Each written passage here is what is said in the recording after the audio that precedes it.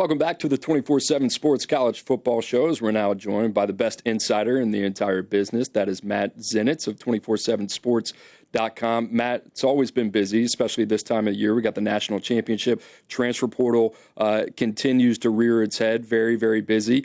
And the coaching carousel as well. Penn State, they lost the defensive coordinator, Tom Allen, one and done up there in Happy Valley. He's on his way to Clemson. What can you tell us about James Franklin's efforts to replace him?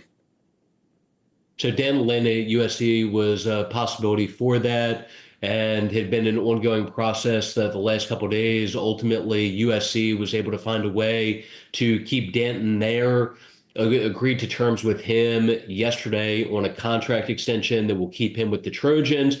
And now Penn State shifts to other candidates that will include like Brian Haynes at Indiana, who led the way for a top 10 defense this year at Indiana, interviewed with Penn State on Monday. He will be among the options for them now moving forward now that Dan Lynn is off the table.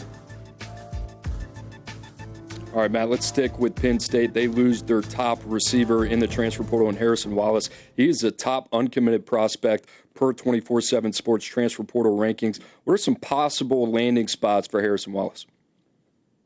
So visiting Ole Miss today, Louisville, South Carolina, Texas A&M, North Carolina, some of the other options for Harrison Wallace, who was number one wide receiver this year for Penn State. It led the wide receiver group with 720 yards for them.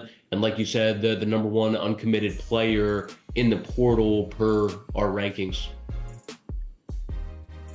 Texas A&M landed a big fish, former five-star Micah Hudson. There's been some noise around there in College Station that he's stepping away from the program. What's a follow-up on that? What have you heard about this situation? Is it something that Aggie fans should be able to monitor pretty closely here? Extremely up in the air right now. So it's a hard situation to get a read on, and it's not just a foregone conclusion that Micah is going to be back, that there's hope at A&M that will ultimately be the case, and they are definitely saving a spot for him if he chooses to return. But for right now, he's chosen to step away, and that there's a level of unknown of just timetable on when he'll be back or if he will be back with A&M. All right, Matt, we've asked probably over 20 people on this show who they think is going to win the national championship between Ohio State and Notre Dame. This is typically not your cup of tea, but I'm eager. I want to know a prediction. Who do you got in this game? So two things I always like to look at when it comes to projecting games. First of all, just talent level for the two rosters, and then also common opponents. So the common opponent part of it is interesting. Both played Penn State.